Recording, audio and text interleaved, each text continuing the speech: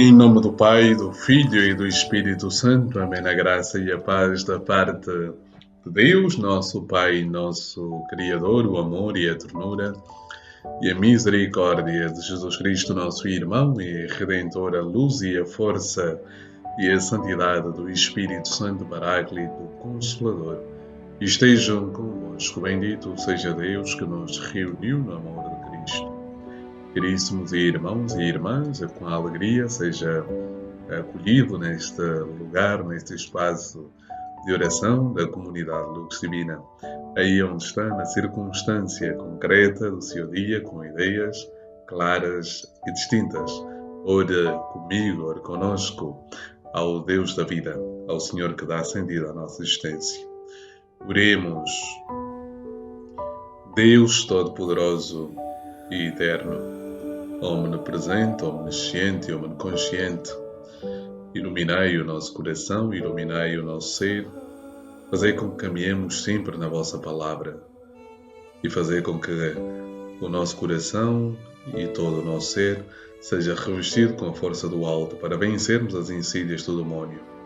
Por Cristo que vive e reina por todos os séculos dos séculos. Amém. Caríssimos irmãos e irmãs, o Evangelho deste dia, extraído de São Lucas, capítulo 9, versículos de 1 a 6.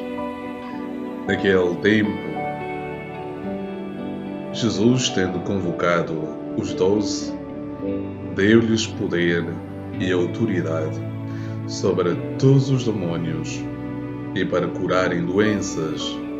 Depois enviou-os a proclamar o reino de Deus e a curar os doentes.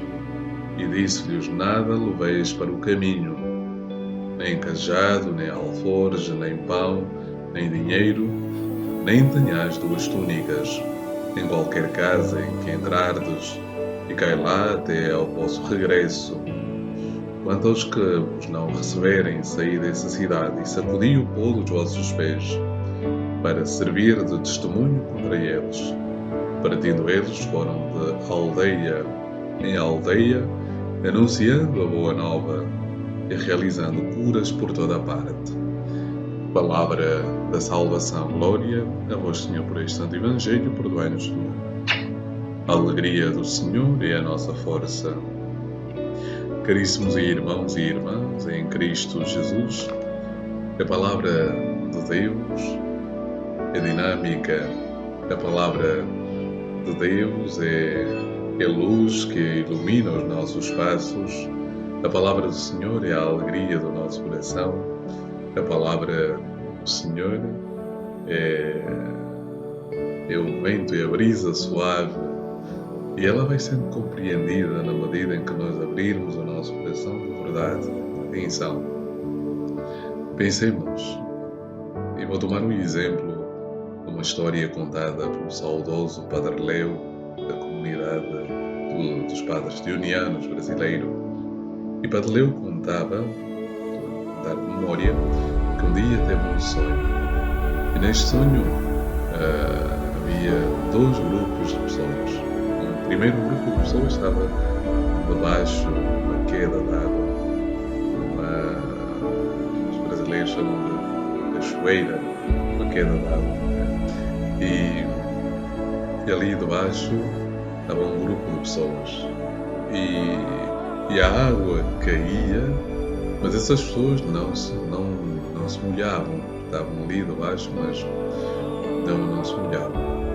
Do outro lado, ou melhor, do outro lado não, bem pertinho, mas mais afastado, estava um outro grupo que não estava debaixo das quedas d'água, mas estava a uns metros de distância, e levava como salpicões, ou seja, a água que caía sobre aquelas pessoas que estavam debaixo, chegava assim, algumas gotas, alguns pinguinhos, chegavam a estas pessoas. E Padre Leo então explica o sentido deste sonho. Os que estavam debaixo, Padre Leo dá-nos uma interpretação e eu darei outra ao mesmo sonho. Os que estavam debaixo eram os católicos, que estavam debaixo da graça do Senhor, estavam revestidos de um saco plástico. que impedia com que a graça, que era águas, os molhasse. Por outro lado, os que estavam distantes eram os protestantes e outras correntes religiosas que aproveitavam os pingos, os salpicões, que as gotas de água que chegavam até eles.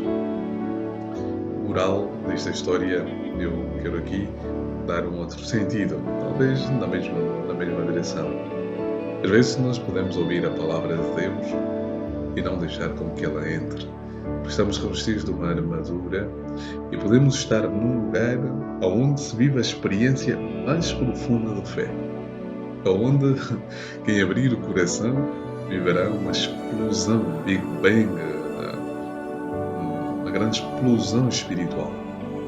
E ao lado está alguém vivendo a mesma realidade, mas revestido de uma armadura que o impossibilita de viver a experiência verdadeira. Meu irmão e minha irmã, é lamentável que às vezes isso aconteça nas nossas comunidades, às vezes acontece nos nossos grupos de oração, às vezes acontece na nossa caminhada pessoal.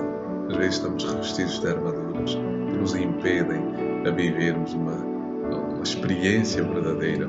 E ainda que seja num lugar onde se vive uma experiência fortíssima, mas a verdade é esta, é que não se pode viver uma experiência sem abrir o coração. Então estarás num lugar forte, onde se vive uma grande experiência, mas sem qualquer efeito. E lembrei-me desta história, não sei se posso fazer a ligação com a palavra de Deus deste dia, apenas recordando que abre o teu coração. No fundo era isso que eu queria dizer, abre o teu coração, meu irmão, para que esta palavra chegue. Jesus envia os apóstolos. Aqui está a missão dos apóstolos, que é a mesma missão de Jesus. Os apóstolos continuam no tempo aquilo que Jesus realizou. A missão de Jesus, encontramos-la, eu marquei aqui, no capítulo 61 do profeta Isaías, quando o profeta diz: o Espírito do Senhor repousa sobre mim, porque o Senhor me ungiu, enviou-me a levar boa nova aos que sofrem, a curar o coração despedaçado, a anunciar a amnistia aos cativos, a liberdade aos prisioneiros, a proclamar o ano da graça do Senhor. Esta passagem encontramos logo no início da vida pública de Jesus, no capítulo 4. Jesus já é o sábado na sinagoga e calha de ler esta leitura. E Jesus assume esta leitura, que acabamos com a sua missão, com o seu propósito de vida. E a grande questão é essa. Jesus vive o seu propósito e transmite este propósito aos seus apóstolos. Meu irmão e minha irmã, tu e eu somos apóstolos, discípulos de Jesus. E, portanto, sendo discípulos de Jesus, devemos dar continuidade àquilo que é o propósito do Mestre. Mas a pergunta que eu coloco antes de terminar: será que o propósito de Jesus é o teu propósito? Será que o propósito que Jesus deu aos apóstolos continua a ser o nosso propósito eclesial, o nosso propósito comunitário, o nosso propósito pessoal? Eu não sei. Cada um deve responder individualmente se o propósito de Jesus continua a ser o propósito de cada um. Teu, meu, nosso. Mas a verdade é que o propósito de Jesus é que nós continuemos a libertar o mundo da opressão do demônio. E a opressão do demônio manifesta-se nas várias vertentes: na inimizade, na inveja, na maledicência, na desonestidade, na falsidade, na ambiguidade, em tantas circunstâncias. Então o Senhor os quer capacitar, aos seus apóstolos, para que continuem no mundo e no tempo a serem esta presença visível que combate o mal com o bem. Ou seja, o demônio é vencido pela força do Espírito Santo. O Senhor esteja convosco, Ele está no meio de nós. Abençoe-vos Deus Todo-Poderoso, Pai, Filho e Espírito Santo. A alegria do Senhor é a nossa força. Amém.